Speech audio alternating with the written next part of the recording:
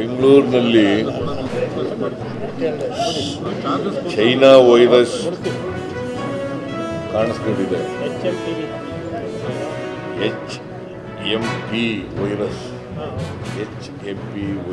ಅಂತ ಕರೀತಾರೆ. ಇದನ್ನು ಚೈನಾ ವೈರಸ್ ಅಂತ ಕರೀತಾರೆ.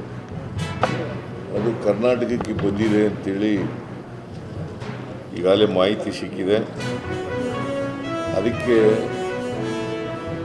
ಮುಂಜಾಗ್ರತಾ ಕ್ರಮಗಳನ್ನು ತಗೋಬೇಕು ಅಂತೇಳಿ ನಾನು ಹೆಲ್ತ್ ಡಿಪಾರ್ಟ್ಮೆಂಟ್ನವ್ರಿಗೆ ಸೂಚನೆ ಕೊಟ್ಟಿದ್ದೀನಿ.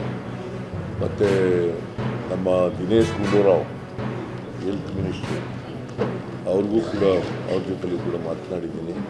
ಸೊ ನಾವೆಲ್ಲ ಮುಂಜಾಗ್ರತಾ ಕ್ರಮಗಳನ್ನು ತೆಗೆದುಕೊಂಡು ಅದನ್ನು ತಡೆಗಟ್ಟಲಿಕ್ಕೆ ಏನೇನು ಬೇಕು ಎಲ್ಲ ಕ್ರಮಗಳನ್ನು ಕೂಡ ಆರೋಗ್ಯ ಇಲಾಖೆ ಮತ್ತು ವೈದ್ಯಕೀಯ ಶಿಕ್ಷಣ ಇಲಾಖೆ ಎಲ್ಲ ಇಲಾಖೆ ಮಾಡ್ತೇವೆ. ಯಾಕಂದರೆ ಈ ವೈರಸ್ಸು ಮಕ್ಕಳಲ್ಲಿ ಈಗಾಗಲೇ ಕಾಣಿಸ್ಕೊಂಡಿದೆ. ಅಂಥ ಅಪಾಯಕಾರಿ ವೈರಸ್ ಏನಲ್ಲ, ಆದರೂ ಕೂಡ ಮುಂಜಾಗ್ರತಾ ಕ್ರಮಗಳನ್ನು ತಗೊಳ್ತಕ್ಕಂಥದ್ದು ನಾವು ಮಾಡ್ತೇವೆ.